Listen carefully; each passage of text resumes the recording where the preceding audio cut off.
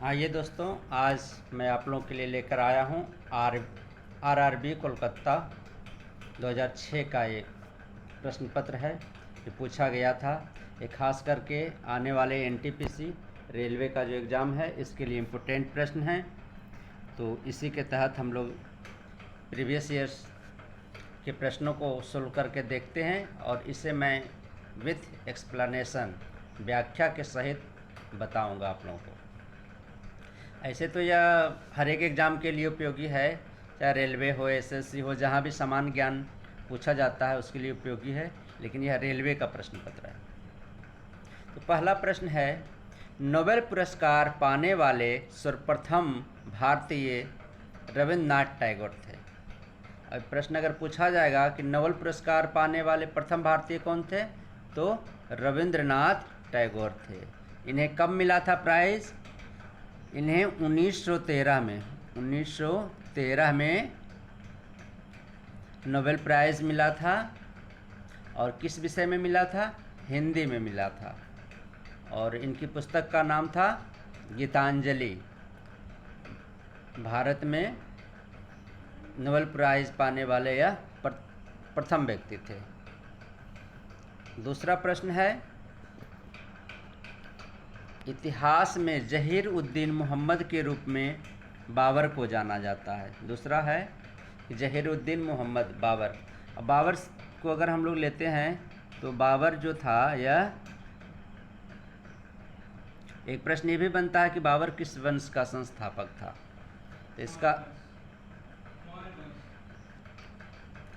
तो इसका आंसर आप लोग देंगे कि कौन था, या तो कहें तो हम बता दें, लेकिन इसका आंसर हम कल बताएंगे। आज आप लोग के लिए छोड़ दिया एक प्रश्न।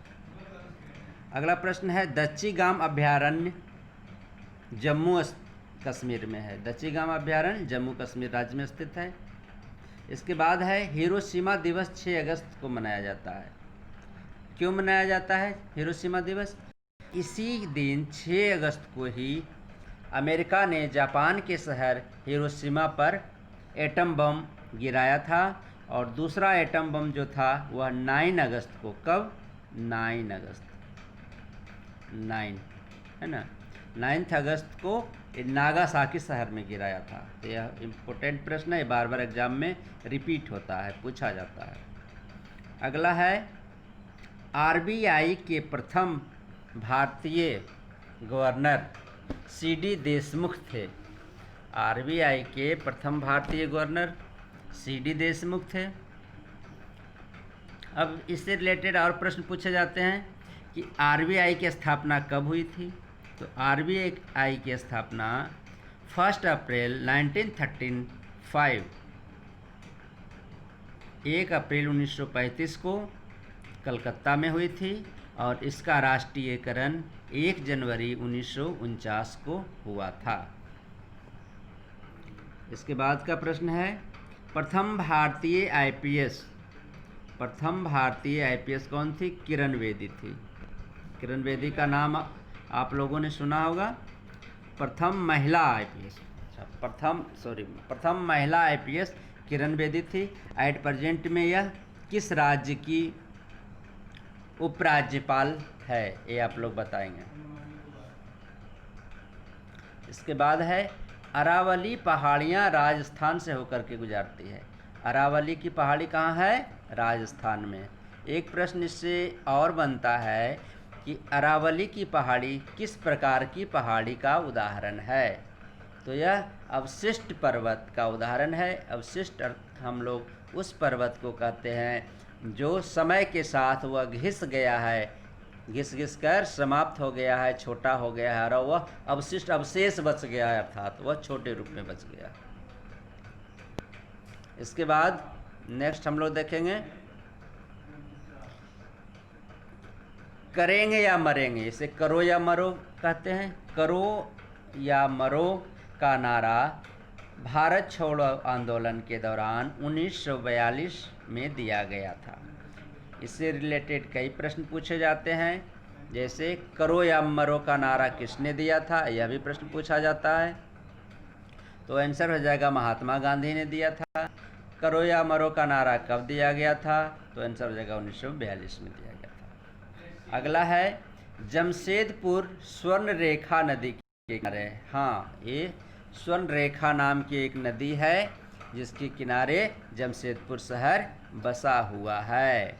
अब जमशेदपुर शहर कहाँ है? जमशेदपुर शहर झारखंड में है। इस शहर का दूसरा नाम टाटा भी है, इसे टाटा के नाम से भी जानते हैं।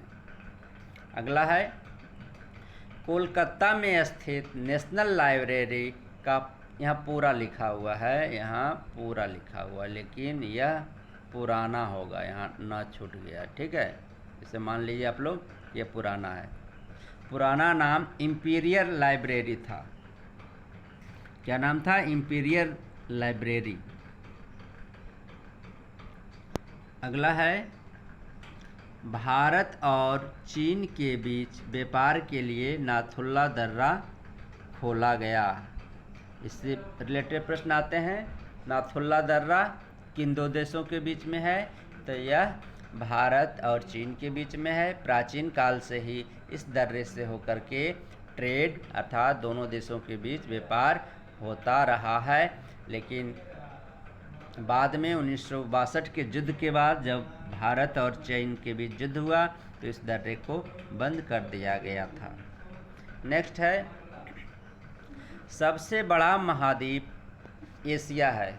7 महाद्वीपों में सबसे बड़ा महाद्वीप एशिया महाद्वीप है। इसी से रिलेटेड और दूसरा प्रश्न पूछा जाता है, सबसे छोटा महाद्वीप कौन है? तो सबसे छोटा महाद्वीप ऑस्ट्रेलिया है, ऑस्ट्रेलिया होगा। अगला है भारत के स्वतंत्रता प्राप्ति के समय ब्रिटेन के प्रधानमंत्री क्लीमेंट एटली थे। कौन थे? क्लीमेंट एटली। तो भारत को स्वतंत्रता की प्राप्ति कब हुई? भारत को स्वतंत्रता की प्राप्ति, भारत को स्वतंत्र हुआ 15 अगस्त 1947 को। इसके बाद है, ये यहाँ थोड़ा गलत लिखा है, ये रॉन्ग है, 1854 होगा। 1854 में 1854 में हावड़ा से हुगली के बीच दूसरी रेलगाड़ी चलाई गई थी। दूसरी अर्थात पहली चल चुकी थी। तो इससे रिलेटेड प्रश्न और पूछे जाते हैं कि पहली रेलगाड़ी कब चली थी? तो पहली रेलगाड़ी 16 अप्रैल 1853 16 अप्रैल 1853 को चली थी। यह मुंबई से थाने के बीच चली थी। इससे रिलेटेड और प्रश्न पूछे जाते हैं कि विद्युतीकृत मार्ग अर्थात वह रूट जो इलेक्ट्रिक से जहाँ ट्रेनें चलती हो, ये भारत में ऐसी ट्रेन पहली बार कब चली? तो यह 5 फरवरी 1925 को मुंबई वीटी से कुर्ला के बीच चली थी। इसी से रिलेटेड एक प्रश्न और पूछा जाता है कि भारतीय रेलवे का राष्ट्रीयकरण कब हुआ था? तो भारतीय रेलवे का राष्ट्रीयकरण 1950 ईस्वी में हुआ था। अगला है ध्रुवीय क्षेत्र से चलने वाली बर्फ की आंधी को विल्जर्ड कहते हैं। तो विल्जर्ड क्या है? एक बर्फ भरी आंधी है जो ध्रुव से पोल से अर्थ की ओर चलती है और यह काफ़ी ठंडी होती है, क्योंकि इसमें जैसे हमारे यहाँ आंधी चलती है तो धूल, पत्ते, पन्नी ही भी साथ में उड़ जाते हैं, लेकिन वह बर्फ़ की आंधी होती है और काफ़ी तहस नहस और बर्बाद करती है। ध्रुव से चलती है, पोल से चलती है। तो बच्चों आज के लिए इतना ही। इसके बाद फिर हम कल दूसरा प्रश्न का सेट लेकर के आएंगे और कुछ प्रश्नों का सेट पढ़ाने के बाद मैं फिर इसी से ऑब्जेक्टिव प्रश्न बना करके 4 ऑप्शन वाला आप लोगों को दूंगा। फिर आप लोग स्वयं निरीक्षण करेंगे कि आप लोग इसे कितना अच्छे से पढ़े हैं और कितने अच्छे से समझे हैं और कितना अच्छा से प्रश्न दे पाते हैं। ओके बच्चों, थैंक यू।